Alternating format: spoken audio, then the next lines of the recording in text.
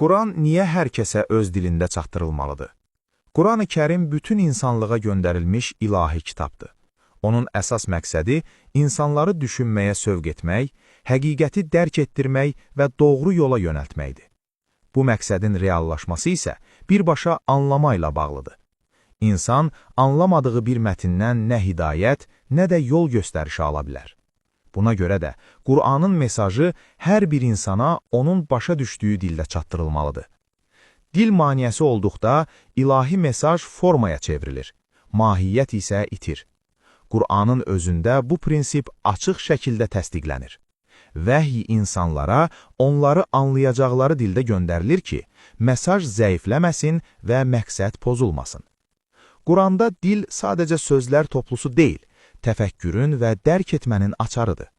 Allah öz kəlamını göndərilən cəmiyyətin dilində nazil edir ki, insanlar onu başa düşsün, üzərində düşünsün və həyatlarında tətbiq etsinlər. Əgər vəhy anlaşılmayan bir dildə olsaydı, insanlar ona etiraz edər, mesajla əlaqə qura bilməzdi. Bu prinsip təkcə ilk nazil olduğu cəmiyyətlə məhdudlaşmır. Qur'an son və ümumbəşəri kitab olduğu üçün onun mesajı bütün xalqlara yönəlib.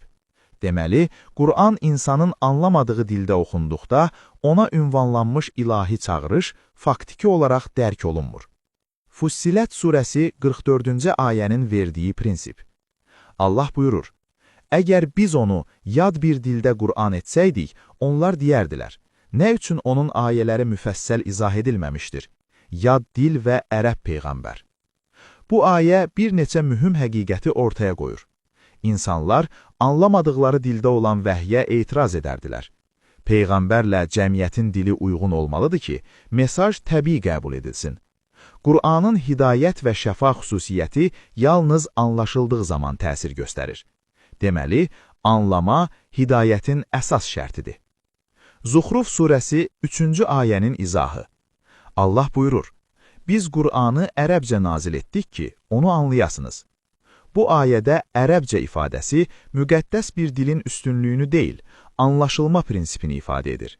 Peyğəmbər ərəb idi və ilk ünvanlanan cəmiyyət ərəb dilində düşünürdü. Buna görə Qur'an onların dilində nazil oldu. Bu, ümumi bir ilahi qaydanı göstərir. Vəhy ilk olaraq ünvanlandığı cəmiyyətin dilində olur ki, insanlar onu dərhal dərk etsinlər. Eyni məntiq digər xalqlara da aiddir.